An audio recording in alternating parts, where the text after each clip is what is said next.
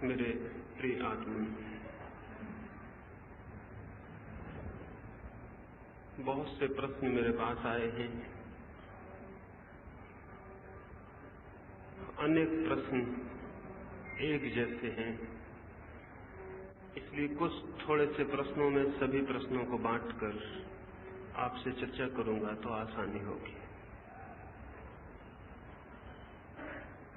मैंने कल कहा, विश्वास धर्म नहीं है, वरन विचार और विवेक धर्म है। श्रद्धा अंधी है और जो अंधा है वो सत्य को नहीं जान सकेगा। इस संबंध में बहुत से प्रश्न पूछे गए हैं और उनमें पूछा गया है कि यदि हम श्रद्धा न रखेंगे, यदि हम विश्वास न रखेंगे,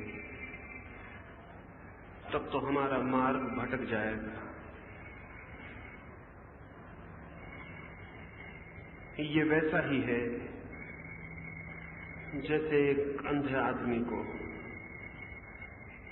हम कहें कि तू अपने हाथ में जो लकड़ी लिए घूमता है, अपनी आंखों का इलाज करवा ले और इस लकड़ी को फेंक दे, तो वो अंधा आदमी कहे, माना मैंने कि आंखों का इलाज तो मुझे करवा लेना है, लेकिन लकड़ी को अगर मैं फेंक दूंगा तो भटक जाऊंगा, बिना लकड़ी के तो मैं चल ही नहीं पाता हूं। निश्चित ही अंधा आदमी बिना लकड़ी के नहीं चल पाता है, लेकिन आंख वाले आदमी को लकड़ी की कोई भी जरूरत नहीं है। और जो अंधा आदमी ये आग्रह करेगा कि मैं तो लकड़ी के बिना चलूंगा ही नहीं, वो इस बात को भूल ही जाएगा कि आंख की जगह लकड़ी कोई सब्स्टिट्यूट नहीं है, कोई परिपूर्ति नहीं है। लेकिन ये सीधी सी बात भी हमें दिखाई नहीं पड़ती। एक छोटी सी कहानी कहूं, उससे शायद मेरी बात समझ में आए। एक बूढ़ा आदमी था, उसकी उम्र कोई 70 पार कर गई थी, तब उसकी दोनों आंखें चली गईं। उसके 8 लड़के थे, पत्नी थी, 8 लड़कों की बहुएं थीं। उन सब ने उसे समझाया। चिकित्सक कहते थे कि आंखें ठीक हो सकती हैं, लेकिन उस बूढ़े आदमी ने कहा, मुझे आंखों की जरूरत क्या है?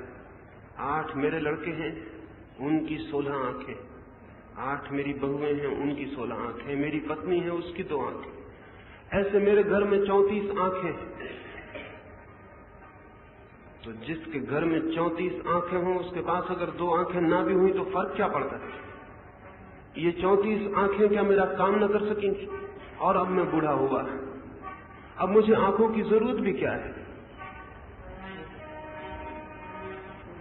वो अपनी बात पर अड़ा रहा। आखिर समझाने वाले हार गए और बात बंद हो गई। लेकिन इसके कोई 2 महीने बाद ही उस बूढ़े आदमी के भवन में आग लग गई